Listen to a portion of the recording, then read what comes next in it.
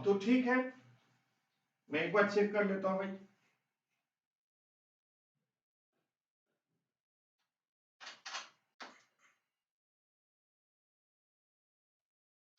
अब ठीक है, मुझे लगता है यस या नो।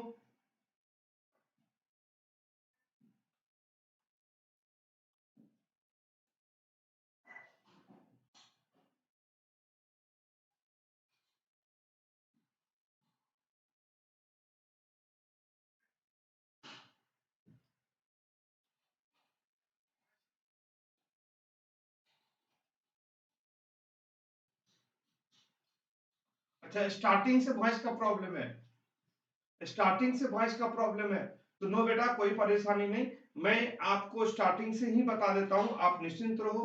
मैं एक बार फिर से स्टार्टिंग में जाना चाहूंगा, मैं बिल्कुल स्टार्टिंग से जाना चाहूंगा। एक बार आप मुझे कमेंट करके बता दो जो शायद वॉइस सही आ रही है कि नहीं, जल्दी से एक बार वॉइस की। तो मैं आपको फिर से स्टार्टिंग से बताने वाला हूँ, आप निश्चिंत रहो। अगर वॉइस मुझे पता नहीं चला, हो सकता है जो मतलब वो केबल का थोड़ा सा प्रॉब्लम, मतलब ठीक से नहीं लगा था, इसलिए हो सकता है आ गया हो, तो कोई प्रॉब्लम कोई नहीं है, इसके लिए बहुत बहुत सॉरी स्टूडेंट्स। फिर हम चलते हैं, एक बार फिर से स्टार्टिंग से ही बता दो, कोई परेशानी नहीं है, आप मेरे साथ जुड़े रहें। देखो, सबसे पहले मैं ये कह रहा था, जो मैं ठाकुर सर आपको यहाँ पे लाया हूँ धांसू एकेडमी में। जय महाकाल, जय श्री राम। अब मैं चाहता हूँ यहाँ पे धांसू एकेडमी के साथ आप जुड़े, इसको सब्सक्राइब करें, इसको लाइक करें, इसको शेयर करें। सबसे पहले मैं चाहता हूँ ये हमारे धांसू फैमिली के साथ मिले। धांसू फैमिली में ये हमारे धांसू मैथ सर हैं, जो आपको मैथ्स पढ़ाने वाले हैं, ये जीतू सर हैं जो इंग्लिश पढ़ाने वाले हैं, ये संदीप सर हैं जो हमारे जीए पढ़ाने वाले हैं, और ये आर्यन ठाकुर जो मैं आपके साथ रीजनिंग पढ़ाने वाला हूँ। दूसरा मैंने आपको ये बताया था, जो कुछ भी एनी क्वेरी कुछ भी हो, तो सबसे पहले इस नंबर पे आप कर सकते हो। हमेशा 24 आवर्स आइए, आपके लिए नंबर दिया गया है। देखो, धांसू सर एकेडमी ऐप को डाउनलोड कर लो। धांसू सर ऐप एकेडमी को डाउनलोड करने से एक बेनिफिट होगा, जो भी डाउट होगा, जो मैं आपका फ्री सेशन ले रहा हूं, जो भी डाउट होगा मैं इस ऐप पर जाके लूंगा, इससे आपका डाउट क्लियर होता जाएगा। तो आपके पास ये ऐप होना चाहिए, तो प्ले स्टोर से इसको डाउनलोड कर लीजिए। इसके बाद हमारा टेलीग्राम चैनल इसलिए है क्योंकि जो भी मैं पढ़ाऊंगा उसका पीडीएफ कहां दे दूंगा, पीडीएफ देने का कोई हमारा क्या होना चाहिए, स्टोर होना चाहिए। तो आप इसको आप डाउनलोड कर लीजिए, जिससे आप टेलीग्राम चैनल से, और ये धांसू सर एकेडमी टेलीग्राम चैनल है, जिससे मैं आपकी प्रत्येक दिन का क्लास, एवरी क्लास का पीडीएफ में सेंड कर सकूं, आपको तक पहुंचा सकूं। इसके बाद ये धांसू सर एकेडमी, ये फेसबुक है, इसका लाइक कर दीजिए। इंस्टाग्राम है बच्चे, इसको लाइक कर दीजिए। ये धांसू सर एकेडमी का इंस्टाग्राम है, इसको लाइक कर दीजिए। अब मैं चलने वाला हूं बच्चे, सबसे पहले आप देखोगे क्या, ये देखो, ये सबसे पहले टाइम टेबल देख लीजिए एक बार। अगर ये टाइम टेबल अगर आप देख लेते हैं बच्चे, तो टाइम टेबल क्या है, ये 7 बजे से करंट अफेयर्स लेके आ रहे हैं हमारे संदीप सर। इसके बाद ये 8 बजे से रीजनिंग की क्लास मैं लेके आ रहा हूं। यहाँ पे देखो, यहाँ पे हिंदू एडिटोरियल और वाकया जीतू सर लेके आ रहे हैं, और 10 बजे हमारे कौन लेके आ रहे हैं, धांसू सर मैथ्स लेके आ रहे हैं। देखो बच्चे, सबसे पहले यहाँ पे समझ में आए तो जल्दी से जल्दी लाइक और सब्सक्राइब कर दीजिए बच्चे। बस एक बार सब्सक्राइब करो, आज बहुत कुछ आपको मिलने वाला है यहाँ से।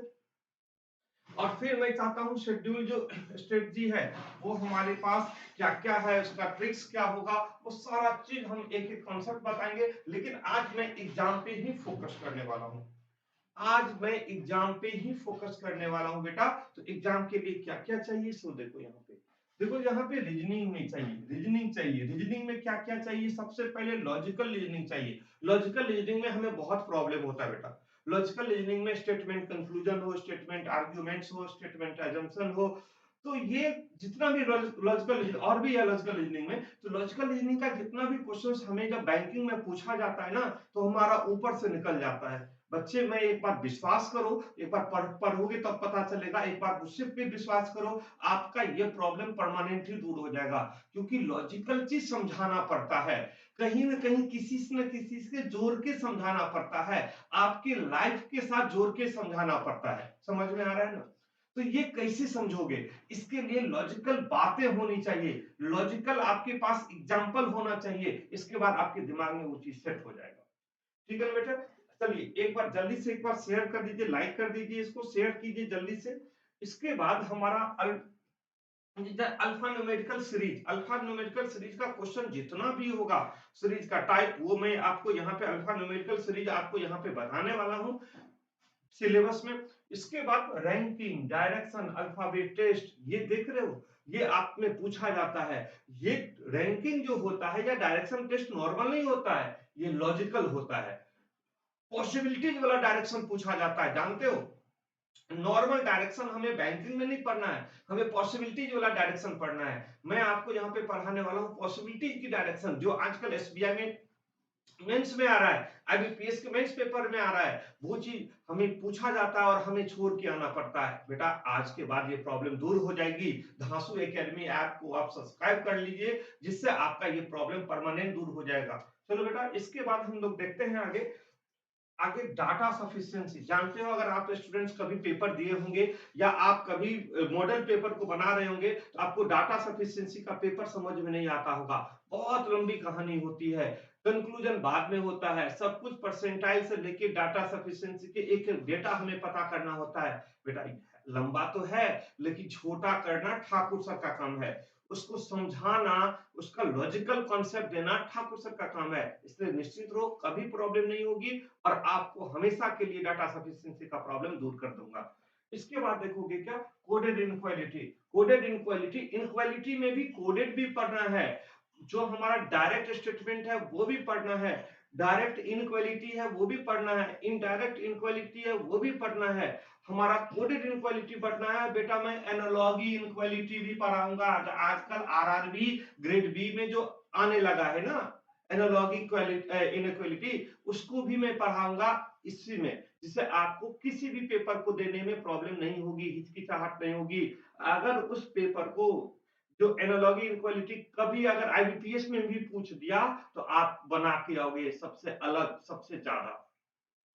चलिए बेटा, यहाँ पे देखोगे जो कोडेड इनक्वालिटी के बाद सीटिंग अरेंजमेंट, सीटिंग अरेंजमेंट का बेसिक तो पढ़ाएंगे ही, इसका सीटिंग के साथ साथ एडवांस भी पढ़ाएंगे। सीटिंग अरेंजमेंट में आपको एडवांस लेवल का पढ़ाया जाएगा। देखो पजल सीटिंग अरेंजमेंट में क्या है बेटा, एक तो बेसिक से लेके एडवांस में पजल टाइप की होती है, वो भी हम आपको पढ़ाएंगे।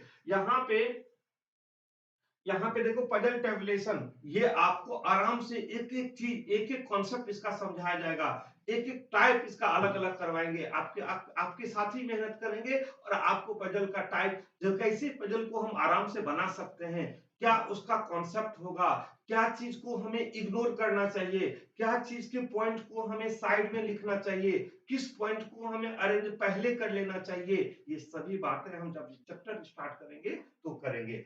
फिर हमारा सिलोगिज्म, सिलोगिज्म की क्वेश्चंस हमें बहुत प्रॉब्लम देती है बेटा बैंकिंग में, चिंता मत करना, ऐसा चीज आपको सिलोगिज्म पढ़ाएंगे, ऐसे टाइप से पढ़ाएंगे जो आपके दैनिक लाइफ से जोड़ के पढ़ाएंगे। इससे आपको ये नहीं जो रट के पढ़ा लिए, ये नहीं जो मैंने कहीं से क्वेश्चंस ले आया और उसको किसी तरह से अरेंज कर दिए, नहीं बेटा, उससे रिजल्ट नहीं होगा।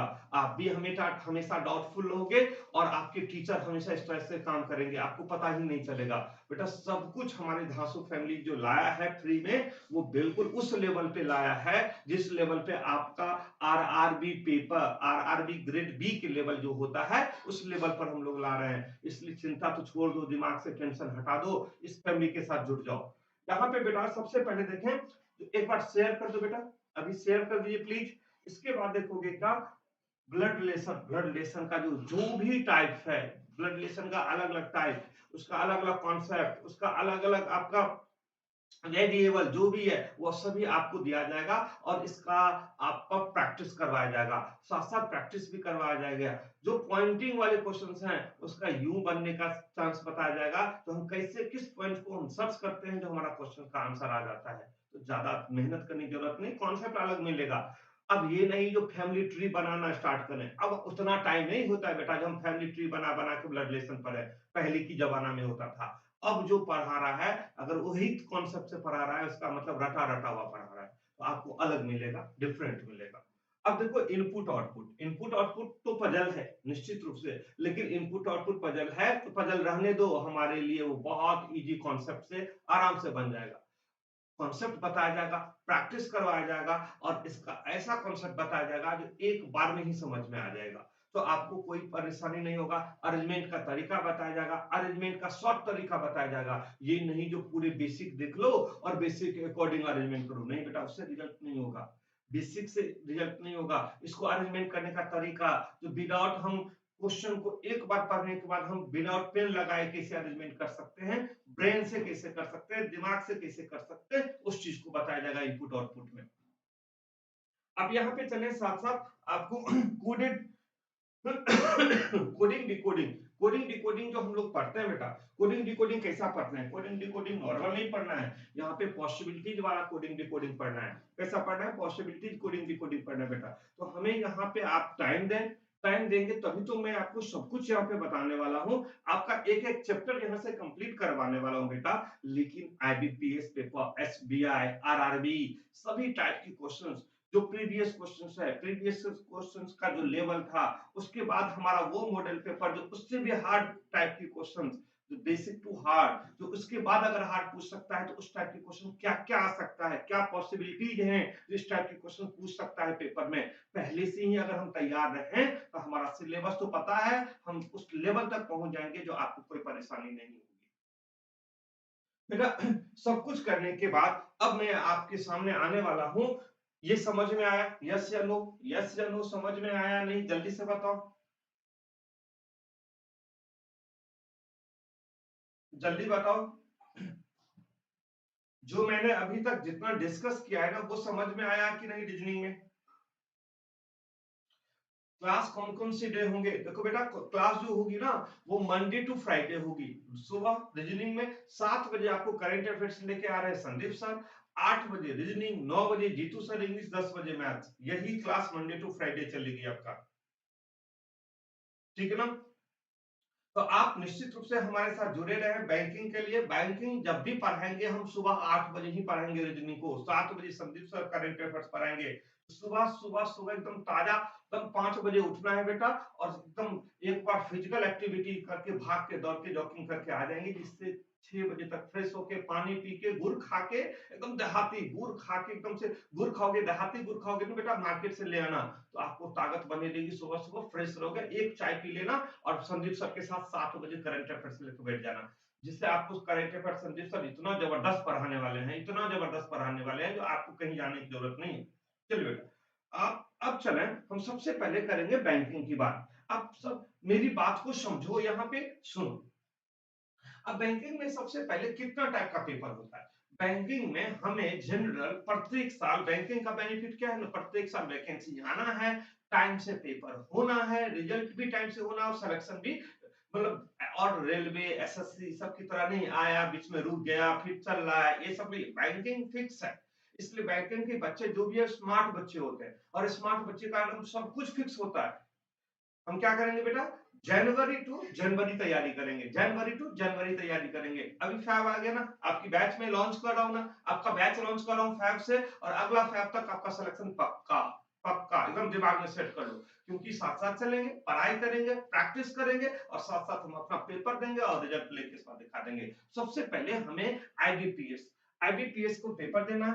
आईबीपीएस, यहाँ पे ध्यान से देखो कौन कौन से पेपर हमारे, आईबीपीएस, और दूसरा एग्जाम कौन होगा बेटा? एसबीआई। इस दो एग्जाम पर आपको फोकस करना है, इस दो दो एग्जाम पे आपको फोकस करना है। एक आईबीपीएस के पेपर पे फोकस करना है और एक एसबीआई के पेपर पे फोकस करना है बेटा। लेकिन जैसे आईबीपीएस है, अब इसका जो पेपर होता है एक बैंक क्लर्क का होता है, ठीक है ना, एक बैंक पीओ का होता है, ठीक ना, एक आरआरबी से रिलेटेड हमारा ये पेपर देता है, और एक इंश्योरेंस कंपनी, जितनी भी इंश्योरेंस कंपनी है उसके रिलेटेड वैकेंसी देते हैं। तो आईबीपीएस कितना टाइप का पेपर लेता है बेटा? 4 टाइप का पेपर लेता है।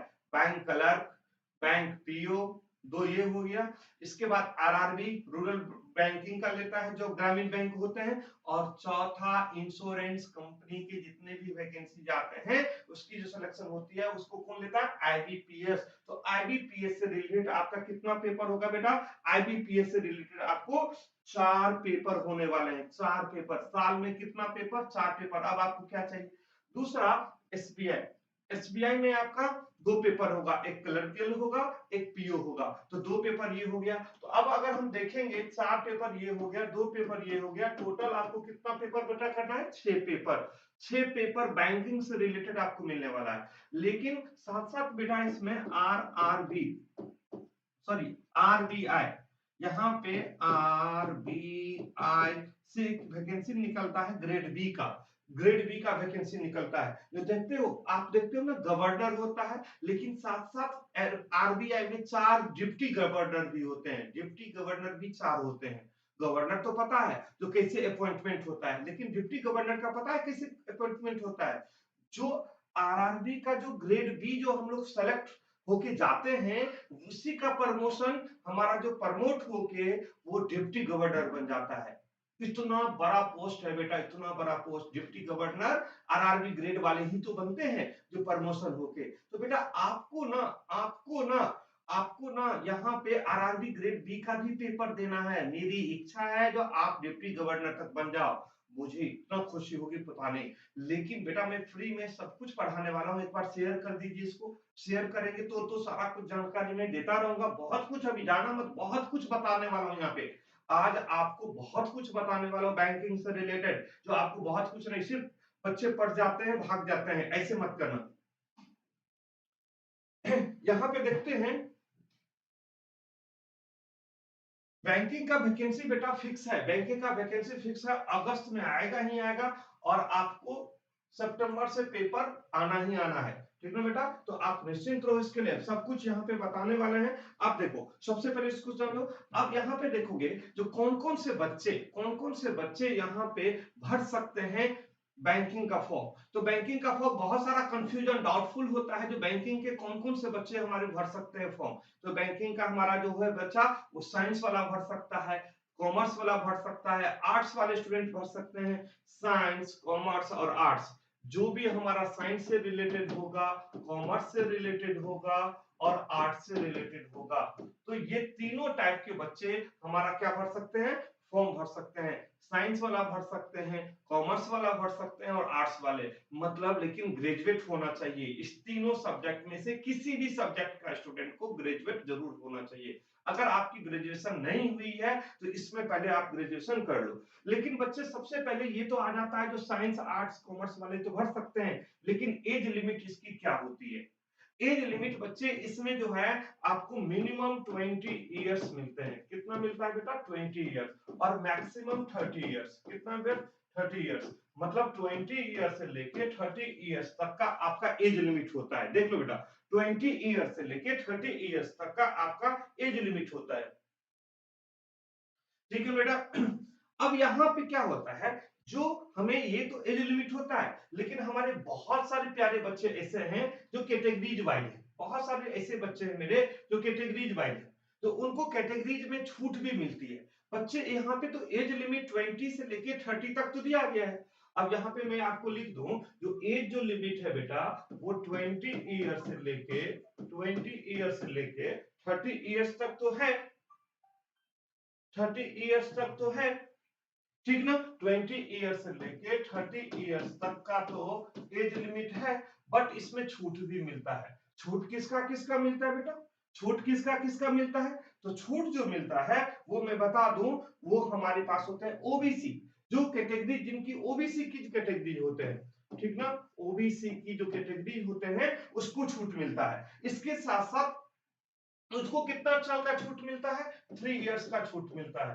कितना साल का छूट मिलता है बेटा?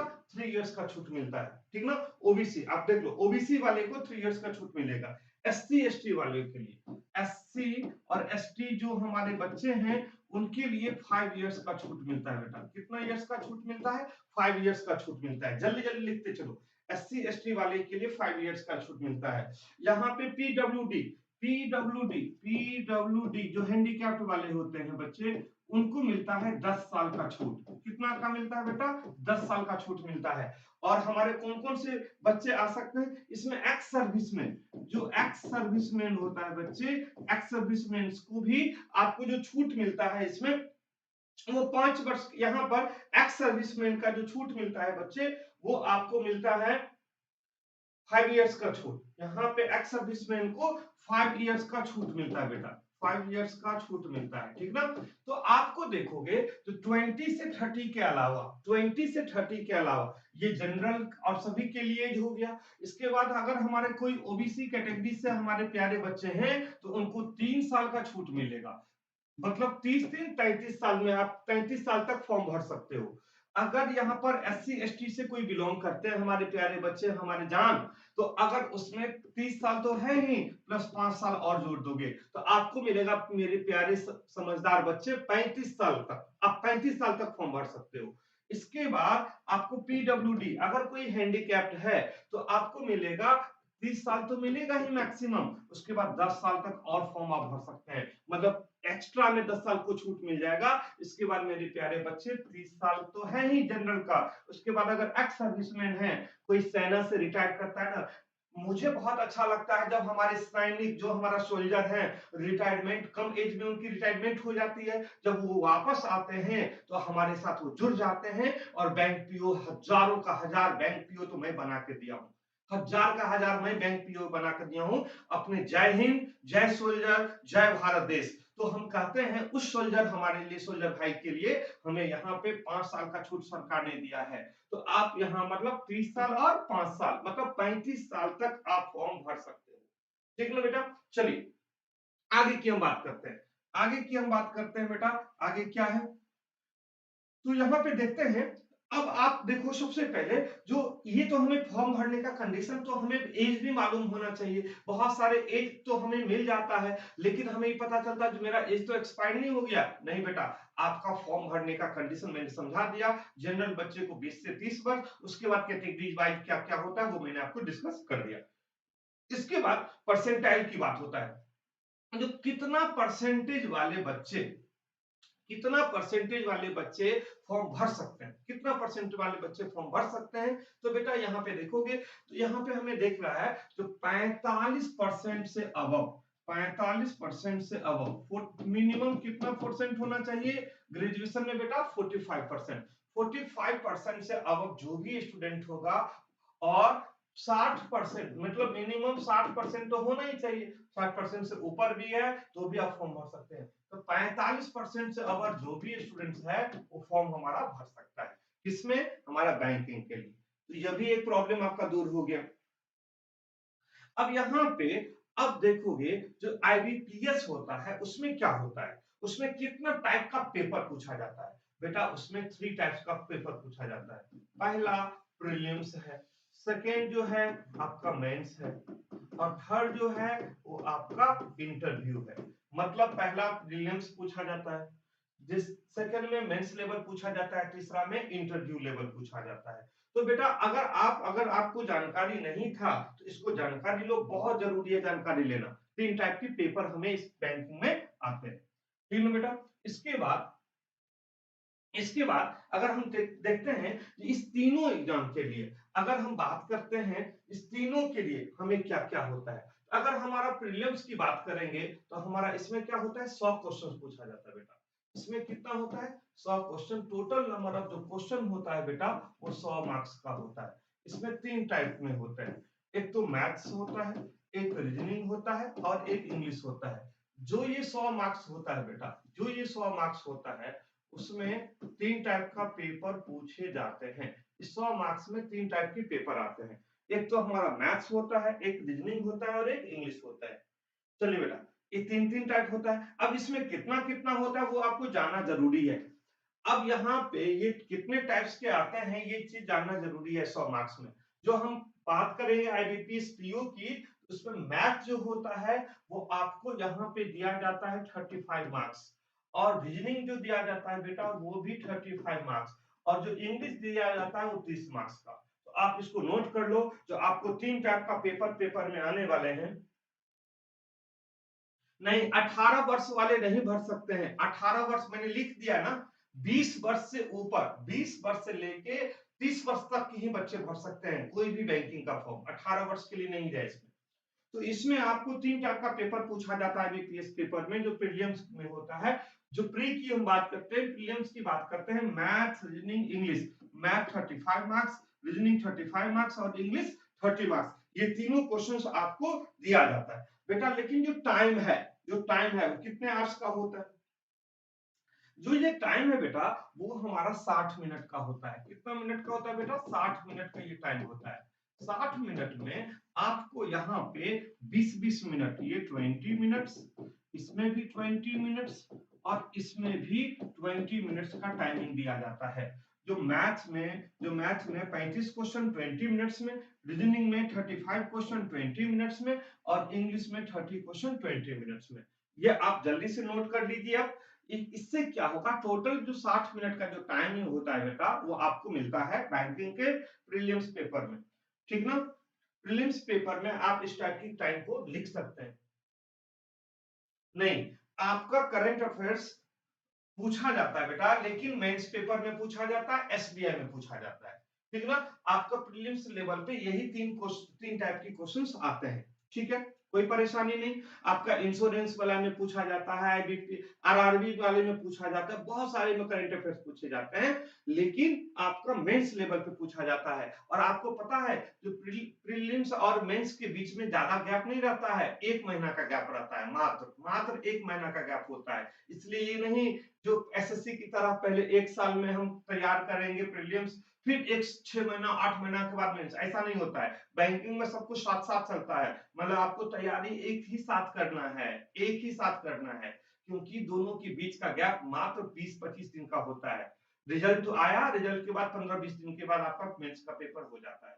तो आप निश्चित रूप से इसको साथ साथ तैयारी करोगे। ठीक है ना बेटा? जल्दी से यहाँ पे देखोगे आगे। अब देखोगे ये हमारे पास बचा है आपका ये टाइम टेबल।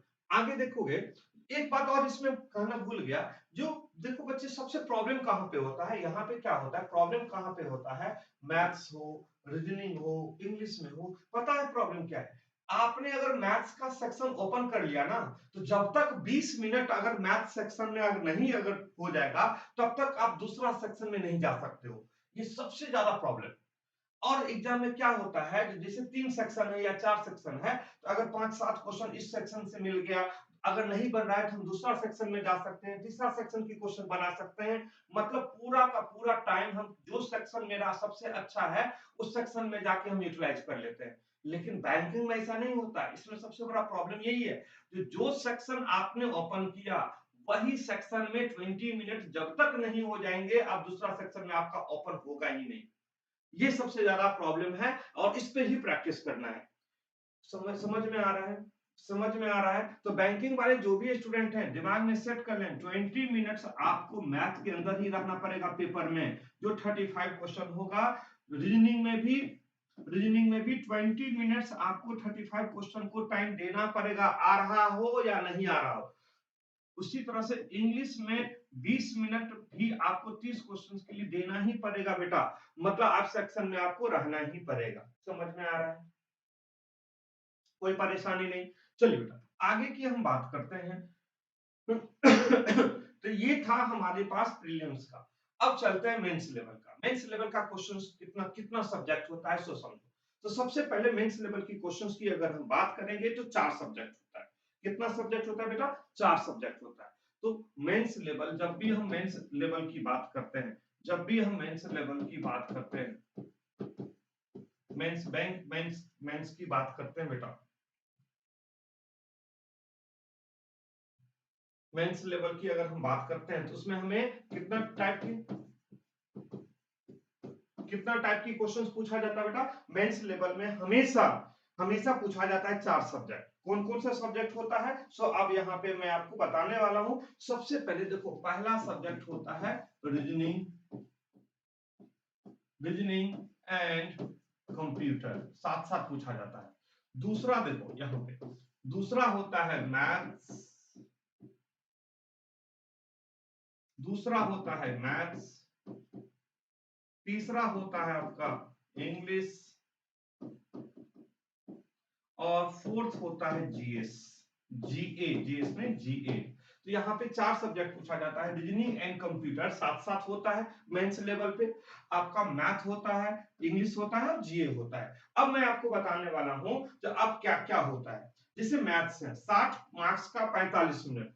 अब इसमें जो मैथ्स में क्या होता है बेटा, 60 मार्क्स का, मार्क्स कितना होता है इसमें, 60 मार्क्स होता है, और टाइम कितना दिया जाता है, 45 मिनट। कितना टाइम दिया जाता है, 45 मिनट का टाइम होता है, 45 मिनट का टाइम होता है बेटा, ठीक ना। देखो यहाँ पे 45 मिनट का टाइम होता है, देख लो, लिख लो, जल्दी से लिख लीजिए इस चीज को। मैथ्स में 45 मिनट का टाइम होता है। इसके बाद रीजनिंग में, reasoning and computer 45 question 60 minute. अब रीजनिंग एंड कंप्यूटर में बेटा 45 क्वेश्चंस, यहाँ पे सॉरी, यहाँ पे क्वेश्चन, मार्क्स तो होता है, क्वेश्चन जो होता है मैथ में वो मैंने नहीं लिखा शायद, चलिए यहाँ पे 60 मार्क्स का होता है। अब टोटल क्वेश्चन जो मैथ में होता है बेटा वो 35 क्वेश्चन होता है, 35 क्वेश्चन होते हैं और 60 मार्क्स होता है, 45 मिनट का टाइम दिया जाता है। तो कंप्यूटर एंड रीजनिंग में बेटा, कंप्यूटर रीजनिंग में 45 क्वेश्चन होते हैं। 45 क्वेश्चन के लिए आपको 60 मार्क्स, यहाँ पे 60 मार्क्स का होता है और 60 मिनट का टाइम भी होता है। इसको लिख लो, यहाँ पे रीजनिंग और कंप्यूटर दोनों मिला के 45 क्वेश्चंस पूछे जाते हैं, 60 मार्क्स का होता है, यहाँ पे मार्क्स का होता है, और यहाँ पे 60 मिनट का टाइम दिया जाता है। कितना मिनट बेटा, 60 मिनट का टाइम दिया जाता है। ये है रीजनिंग में, ये है रीजनिंग में, ठीक है ना, ये है रीजनिंग में। मेंस लेवल की क्वेश्चंस मैं बता रहा हूं, रीजनिंग में, रीजनिंग और कंप्यूटर साथ साथ आता है, 45 क्वेश्चन 60 मार्क्स 60 मिनट में।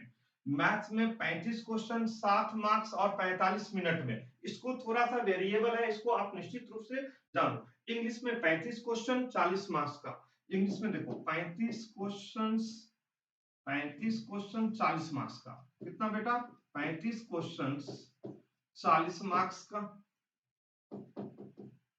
और कितना मिनट में बेटा, यह भी आपको मिलेगा 40 मिनट में।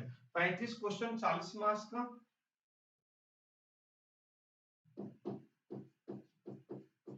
40 मिनट में, कितना मिनट में बेटा, 40 मिनट में, ठीक ना, कोई परेशानी नहीं। चलिए यहाँ पे कोई परेशानी नहीं। और इसके बाद जीए वाले, जीए वाले में 35 क्वेश्चन 40 मार्क्स का, 35 क्वेश्चन 40 मार्क्स का, और कितना मिनट में, 40 मिनट में, 40 मिनट में। यही है आपके लिए मेंस का सिलेबस, ये है आपके लिए मेंस का सिलेबस। समझ में आ रहा है, कोई परेशानी बच्चे, ठीक है।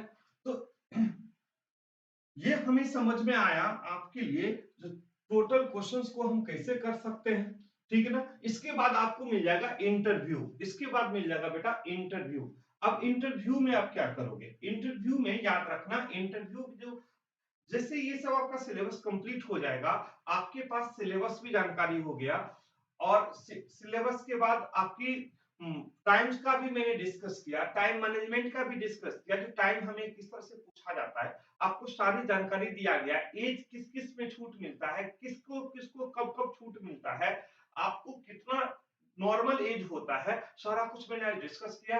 मतलब पूरे रीजनिंग की सिलेबस पर डिस्कस किया, आपको तो ओवरऑल बैंकिंग का पैटर्न बताया, और आपको यह भी बताया जो 4 साल में आप कितना पेपर दे सकते हो, ओवरऑल मैंने आपको यहाँ पे बताया। लास्ट में जो तीसरा स्टेज होता है वो इंटरव्यू का होता है। इंटरव्यू एक सिर्फ कॉन्फिडेंस की बात होती है, और मैं सिखाऊंगा इंटरव्यू कैसे दिया जाता है।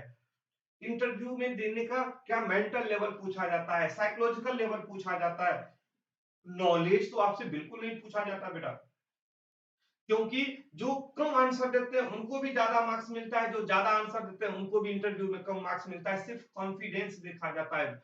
आपको तो प्रीलिम्स से लेके मेंस तक आप एग्जाम पास करके इंटरव्यू देते हैं, तो उसको पता है कि आपको, आपके पास कितना नॉलेज होता है। नॉलेज तो ऑलरेडी आपको टेस्ट नहीं किया जाता है, सिर्फ कॉन्फिडेंस चेक किया जाता है। तो आप किसी भी ऑर्गेनाइजेशन में ऑफिसर बनोगे तो आपको कितना कॉन्फिडेंस रहना चाहिए, वो चीज चेक करता है। इसके बाद बेटा मैं आपको सबसे पहले बताऊं, जो पीओ, सब पीओ पीओ पीओ तो कहते हैं, पीओ है क्या बेटा? पीओ वर्ड क्या है probationary officer. Probationary officer, probationary officer क्या होता है? प्रोबेशनरी ऑफिसर क्यों नाम रखा गया है? देखो बेटा, सबसे पहले मैं आपको बता दूं, जो पीओ आप जब बन जाओगे तो प्रोबेशन पीरियड में रहोगे। प्रोबेशन का मतलब होता है जो फाइनल, जो आपका एक कहता है ना, जो 2 साल ट्रेनिंग पीरियड में रहोगे। जो प्रोबेशन होता है वो सिखाया जाता है, तो आपका कैसे कैसे बेसिक लेवल से सिखाया जाता है, जो अकाउंट्स का काम सिखाया जाता है, मार्केटिंग का काम सिखाया जाता है। तो प्रोबेशन पीरियड में 2 साल तक आपको क्लर्कल भी काम करवाया जाएगा, रहोगे पीओ ही, लेकिन आप मैनेजर बन के कहीं भी नहीं जाओगे। आप किसी भी बैंक में पीओ हो, इसका मतलब है clerical level, assistant level, PO level, सभी टाइप की काम दिया जाएगा उस बैंक में, और सभी टाइप के काम आपको सिखाया जाता है।